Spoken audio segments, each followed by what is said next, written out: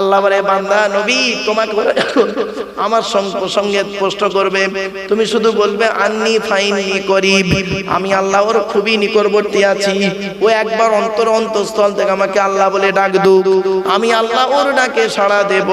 তাই আপনাদের বলে যাচ্ছি বাবা, আল্লাহর প্রশংসা করবেন, গুণগান করবেন। আল্লাহ বলছে বান্দা শোনে, এই পৃথিবীতে আমার নিয়ামত গুলো পেলি, আমার নিয়ামত হলো কি কি?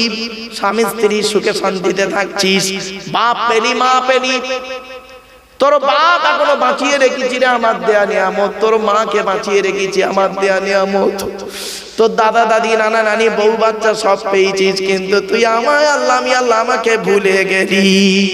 খবরদার আমাকে ভুলিস না, আমাকে অন্তর থেকে একবার বল আলহামদুলিল্লাহি রাব্বিল আলামিন।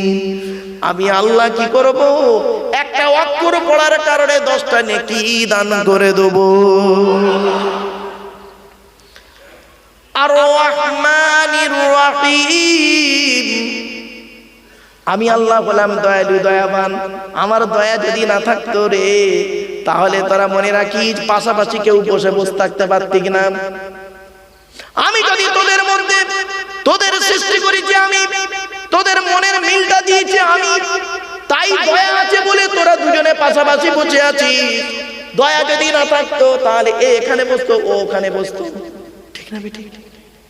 আল্লাহ বলে আর রহমানির রহিম মালিক ইয়াউমিদ্দিন। ওরে দুনিয়ার মালিক হলাম আমি আল্লাহ, কিয়ামতের মালিক আমি আল্লাহ।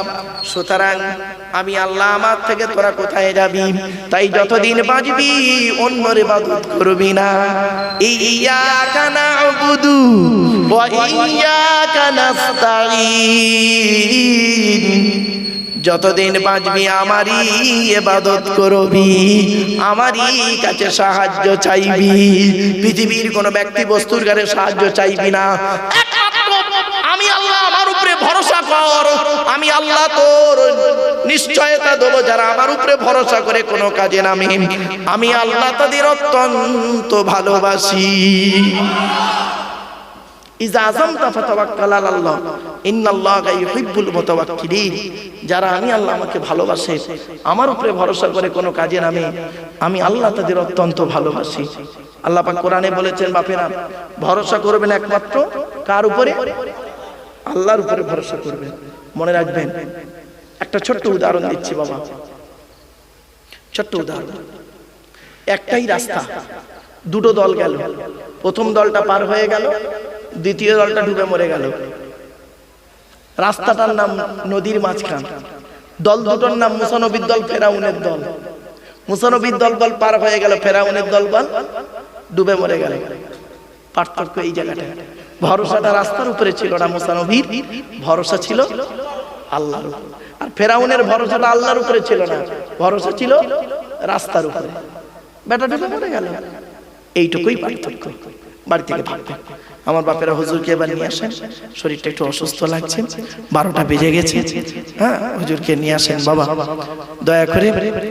আমি অসুস্থ শরীর নিয়ে এতক্ষণ আপনাদের কাছে আলোচনা করলাম। একবার তাকবীর দেন, নারাই তাকবীর, নারাই তাকবীর। বাপেরা বহু টাকা বহুদিকে চলে গিয়েছে, বাপ চলে গেল, মা চলে গেল, ভাই চলে গেল, বোন চলে গেল, দাদা দাদি নানা নানি চলে গেল। কার জন্য কি করতে পারলেন বাবা? অনুরোধ করে আপনাদেরকে বলে যাচ্ছি, কোরআন হাদিস ইজমা কিয়াস মোতাবেক চলুন। আল্লাহ বললে বান্দারি এই পৃথিবী ছেড়ে যে তোরা যাবি, আবার তোদেরকে ফিরে আসতে হবে আমার কাছে, আমার কাছে তোদের ফিরে আসতে হবে। কাইফা তাকফুরুনা বিল্লাহি ওয়া কুনতুম আমওয়াতান ফাআহইয়াকুম সুম্মা ইউমীতুকুম সুম্মা ইউহয়ীকুম সুম্মা ইলাইহি তুরজাউন। আল্লাহ বলে বান্দারে এই পৃথিবীর জমিনে আল্লাহ আমি তোদেরকে সৃষ্টি করে কেমন করে তোরা আমাকে অস্বীকার করিস। অকুনতুম আমওয়াতান, তোরা ছিলিস নিষ্প্রাণ, তোদের অস্তিত্ব পৃথিবীতে ছিল না। তোর বাপের ঘর কোথায়, মায়ের ঘর কোথায়, কেউ কাউকে চিনতে না জানতে না। আমি আল্লাহ পৃথিবীর জমিনে তোদেরকে এনেছি। সুম্মা ইউমীতুকুম, তোদের মৃত্যু দান করব কিয়ামতের মাঠে। সুম্মা ইউহয়িকুম, ফের আমি আল্লাহ কিয়ামতের মাঠে তোদের জীবিত করব। সুম্মা ইলাইহি তুরজাউন, আমি আল্লাহ আমার কাছে তোদের ফিরে আসতে হবে। বাবা গেল, মা গেল, ভাই গেল, বোন গেল, দাদা দাদি নানা নানি গেল, কেউ তো আর ফিরে এলো না। সকলকে অন্ধকার নীরব নগরে চলে যেতে হলো। তাই বাপেদেরকে অনুরোধ করে বলে যাচ্ছি, খাস করে দোয়া করবেন এই জলসার প্রতি। এই জলসায় যারা কমিটিরা জলসা দিয়েছেন, বাবাজি যুবক ভাইয়েরা যারা চাঁদা দিয়েছেন, মায়েরা বোনেরা যারা চাঁদা দিয়েছেন, ও আমার মায়েরা বোনেরা, কোরআন হাদিস ইজমা কিয়াস মোতাবেক চলবেন। বাপেরা কোরআন হাদিস ইজমা কিয়াস মোতাবেক চলার চেষ্টা করুন। টাকা পয়সা ধন সম্পদ ব্যয় যখন করবেন আল্লাহ রাস্তায় করবেন। মরণের আগে টাকা পয়সা ব্যয় করবেন, আল্লাহ রাস্তায় করবেন। বাপেরা অনুরোধ করে আপনাদের বলে যাচ্ছি, তাই কোরআন হাদিসের আলোচনা করতে গিয়ে আপনাদেরকে আর কি বলবো, বহু আলোচনা, কোরআনের তাফসীর, বহু ব্যাপক আলোচনা বা শোনার লোকের অভাব। তাই আপনাদেরকে বলি, আল্লাহর কোরআন মোতাবেক জীবন যাপন করুন, নবীর হাদিস মোতাবেক জীবন যাপন করুন। নবীজি যেভাবে খেয়েছেন সেইভাবে খাবেন, যেভাবে শুয়েছেন সেইভাবে ঘুমাবেন, যেভাবে ব্যবসা করেছে সেইভাবে ব্যবসা করবেন। শুধু তাই নয়, নবীজি যেভাবে চলতে বলেছেন, স্ত্রীর হক আদায় করুন, পিতামাতার সেবা যত্ন করুন, ভাই ভাই মিলামিশে চলুন, প্রতিবেশীর উপকার করুন। মানুষের উপকার করতে না পারলে ক্ষতি করতে যাবেন না। মনে রাখবেন, আপনি যদি অন্যের ক্ষতি করেন আপনারও আল্লাহ ক্ষতি করে ছেড়ে দেবে। আল্লাহ ছাড় দেয়, ছেড়ে দেয় না।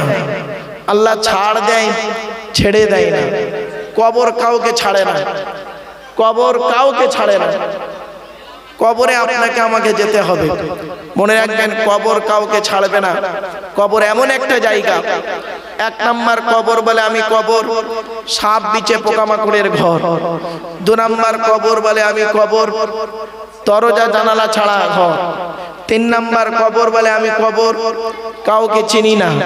চার নাম্বার কবর বলে আমি কবর আমার উপরে লাইটিং করতে গেলে টাকা পয়সার প্রয়োজন হয়, আমার ভেতরে লাইটিং করতে গেলে নেক আমলের প্রয়োজন হয়। আল্লাহ বলছে, বান্দা শোন, এই পৃথিবীতে যে কদিন বাঁচবি মানুষের উপকার করতে না পারলে ক্ষতি করতে যাবি না।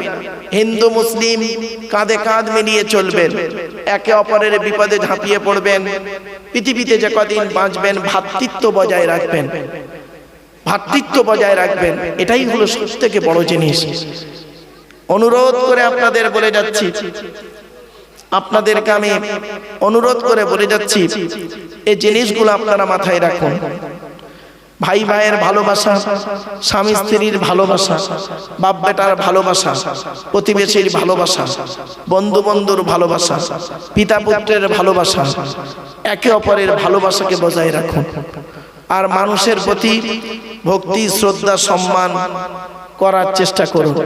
তাই আপনাদের কাছে আমার একান্ত অনুরোধ, একবার তাকবীর দেন, নারায়ে তাকবীর, নারায়ে তাকবীর। আমার বাপেরা যে যেখানে আছেন দয়া করে মেহেরবানি করে চলে আসেন। যে যেখানে আছেন দয়া করে চলে আসেন। হুজুর এসে গেছেন, হুজুর স্টেজে এসে গেছেন, দয়া করে মেহেরবানি করে চলে আসেন। নারায়ে তাকবীর, নারায়ে তাকবীর। আসসালামু আলাইকুম।